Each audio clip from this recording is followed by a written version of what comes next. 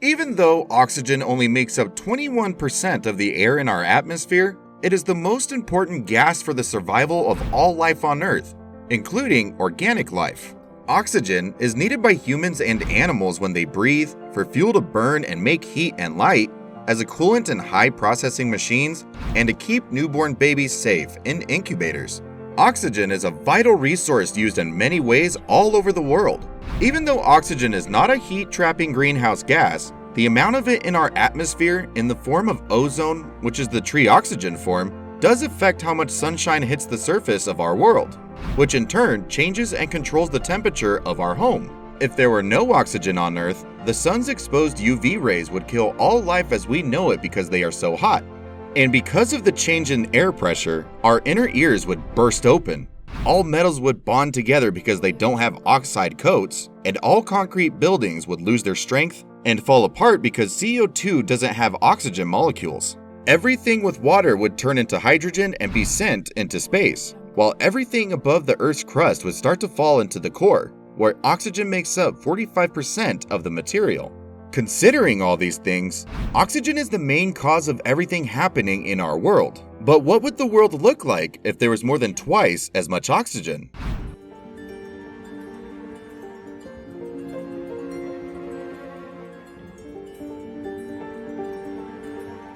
If the amount of oxygen on Earth were to double, the most significant change would be breathing and burning would happen faster. For example, forest fires would get much bigger and more damaging. Wet plants wouldn't help it in this case. At the same time, photosynthesis would take longer because there would be less carbon dioxide in the air. Green plants would be replaced by mosses and mushrooms, which were more common in the past. If more oxygen was in the air density would increase. Because of this, planes, gliders, parachutes, and even birds could fly at higher levels and for more extended periods of time. Also, if there was more oxygen in the air, it would make the atmosphere thicker, which would scatter more light, make the sky look bluer, and cause the temperature to drop. Hikers and walkers who dream of living on hilltop houses or on the highest summits of the world's largest mountains will find this information inspiring. If there were twice as much oxygen in the air, people who lived at higher elevations wouldn't have to worry as much about breathing problems, and doing so wouldn't be dangerous. This would quickly lead to people taking over high areas and turning them into places to live, which would finally hurt the land's natural features. If plants and animals were to thrive on the tops of mountains, the amount of ice on the peaks would drop significantly. And lastly, spiders, bugs, and many other creepy crawlers you may have been afraid of your whole life will get much bigger. These tiny creatures take breaths through even smaller tubes called trachea. When more air gets into these tubes, their bodies gradually get bigger and bigger. Dragonflies would grow about the same size as birds, and spiders would have such a big stomach that they could eat doves. On the other hand, you won't have to worry about these creatures hurting you because you can escape all of them. Your endurance will improve because every breath you take will bring more air to your lungs. Your veins will fill up with oxygen-rich blood, giving your muscles the fuel they need to work. And better blood circulation would make you more flexible and able to concentrate. In addition, athletes' speed records would improve significantly, breaking any old world records. Also, neutrophils, a type of white blood cell that fights illness and disease by using oxygen, will fight better against harmful viruses and germs. This will mean that people will get sick less often and less often. It's been a lot of fun so far, but you won't know how much fun it is until the extra air makes you feel heavy. When there is too much oxygen in the body, oxygen poisoning could happen because concentration and partial pressure are closely related. Too much oxygen at a higher partial pressure will cause the cells to oxidize in a bad way and eventually kill them. A rise in oxygen levels will also speed up the biological process in the body. This could make your organs work too hard, making you tired and possibly causing bad things to happen to your body that would stop you in your tracks. Therefore, people will die from being tired more than from the illness. On the other hand, it is fortunate that the amount of oxygen on Earth will never increase by a factor of 2. But do you know what a more significant issue is? The loss of oxygen will really take place in this situation. The scarcity of oxygen will destroy most of the life that exists on Earth.